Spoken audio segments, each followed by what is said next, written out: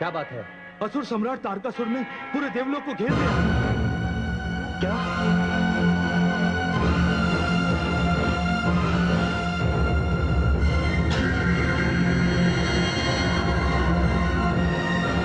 चलिए मेरे साथ। ठहरिए देवराज।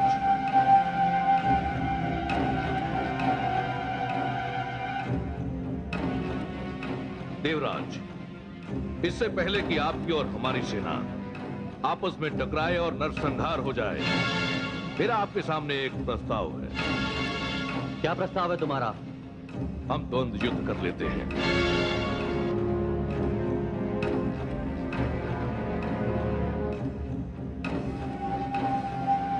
कहिए देवराज, आपको मेरा प्रस्ताव स्वीकार है?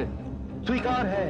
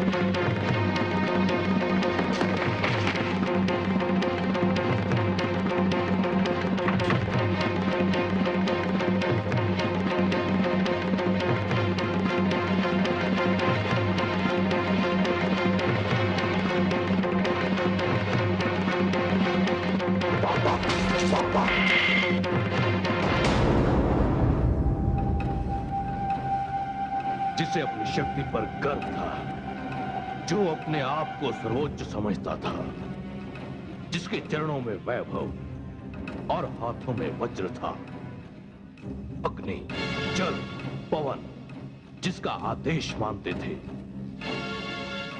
उसकी सारी महिमा और गरिमा आज धूल में मिल गई।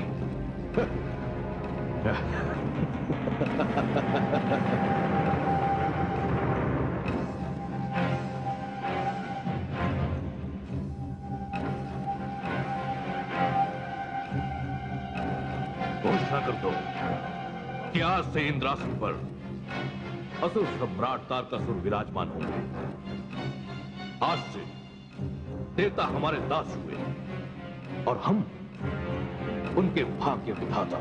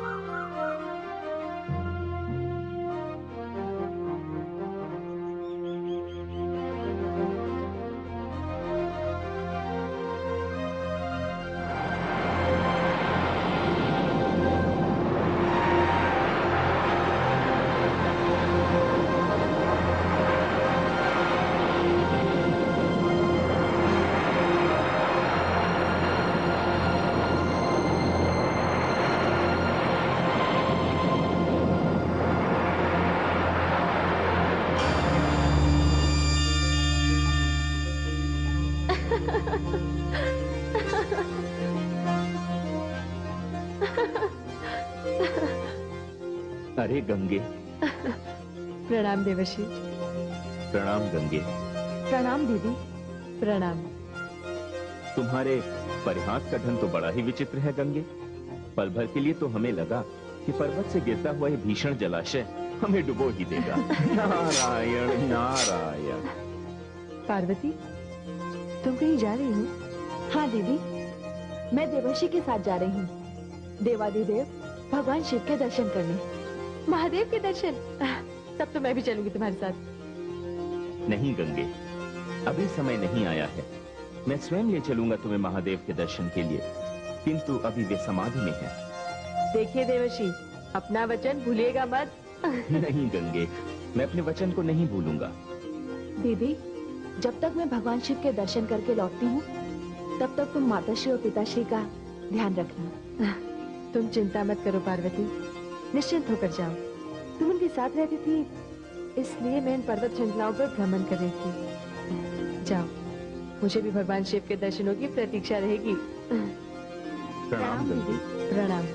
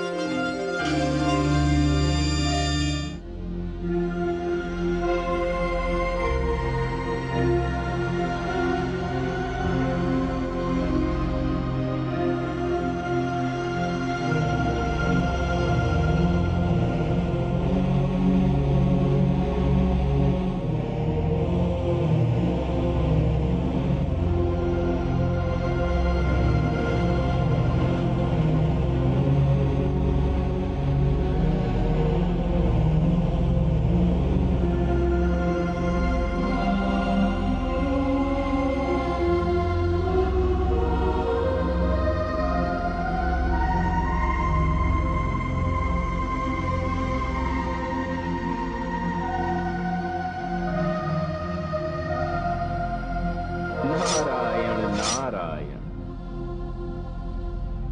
प्रणाम देवर्षि।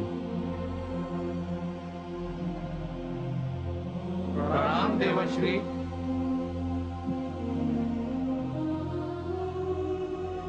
अरे आप सब यहाँ? भोलेनाथ कहाँ हैं? देवर्षि, अब तो देवादिदेव महादेव की दशा हमसे देखी नहीं जाती। वो इस कंदरा में समाधि में लीन है। देवर्षि, हम संकट में हैं देवर्षि। तारकासुर ने देवलोक पर आक्रमण कर वहां अपना अधिकार कर लिया है। इसी कारणवश हमें वहां से पलायन करना पड़ा।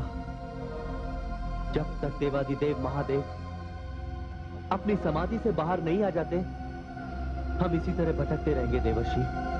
फिर तो मैं यहाँ उचित समय पर आ गया।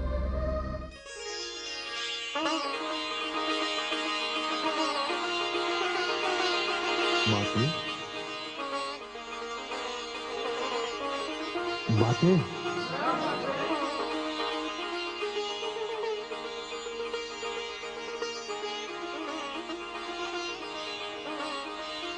माते, प्रणाम माते। वीरभद्र, ये पर्वतराज हिमाचल की पुत्री पार्वती है। ये भगवान शिव के दर्शन करने को आई हैं। और सच पूछो तो आप सबकी आशाओं का एकमात्र केंद्र पुत्री पार्वती ही है।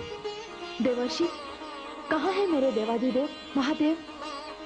मेरे प्रभु इस कंदरा में विराजमान है माते। जाओ पुत्री, भगवान शिव के दर्शन कर लो। मंगलकारी शिव को पुनः मंगलकारी होना है। मानव हो या देव, सबकी आस आशुतोष भगवान शंकर पर ही टिकी है।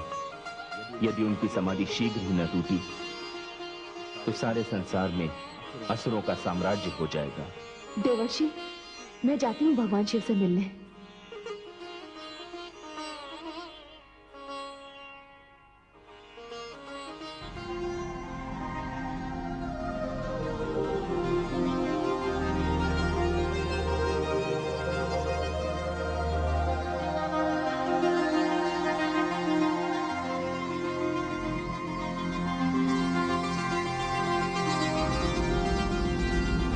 नारायण नारायण।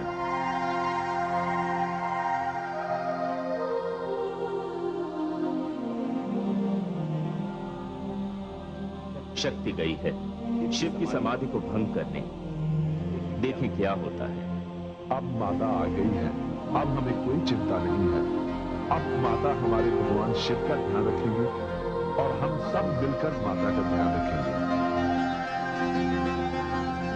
नारायण नारायण।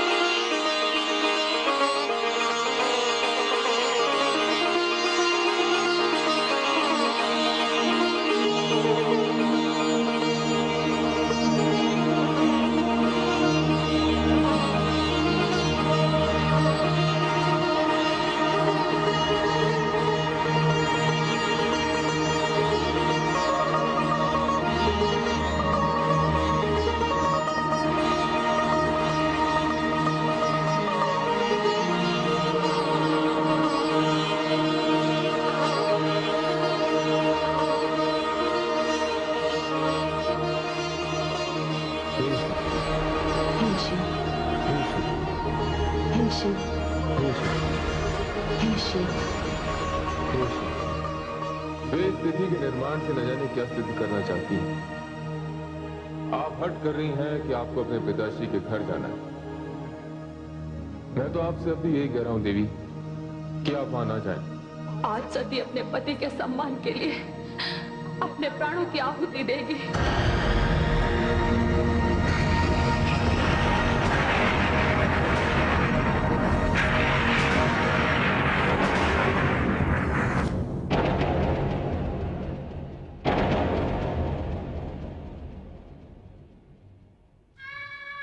हे स्वामी, आपने ये क्या दशा बना रखी है? ये मेरे ही कारण हुआ और मुझे आपसे क्षमा मांगने का अवसर भी प्राप्त नहीं हुआ। जागिए है महादेव, जागिए, मुझे क्षमा प्रदान कीजिए। हे स्वामी, वर्षों के इस विरह को समाप्त कीजिए, इस कड़ी को तोड़िए। आप तो कहते थे मैं आपकी शक्ति हूं, फिर एक छोटी सी भूल के लिए आपने अपनी शक्ति को इतने वर्षों के लिए अपने आप से कैसे दूर कर दिया स्वामी? मुझे तो ऐसे प्रतीत होता है जैसे आपसे बिछड़े हुए शताब्दियां बीत गई हैं। जागिए है शंभु, दृष्टि खोलिए। प्रभु, आपको ये समाधि तोड़नी होगी। दृष्टि खोलिए स्वामी। प्रभु, प्रभु,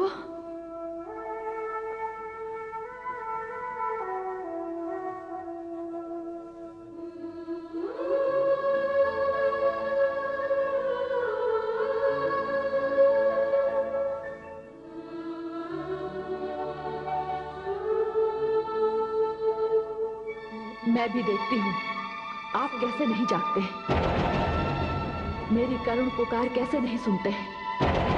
मेरी वेदना, मेरी आस्था, मेरा सारा अस्तित्व मिलकर आपको अपनी समाधि भंग करने पर विवश कर देंगे। कठिन तपस्या से कठोर पत्थर को भी पिघलाया जा सकता है। आप तो मेरे आराध्य हैं, जन्म जन्मांतर के मेरे स्वामी हैं, मेरे सर्वस्व हैं।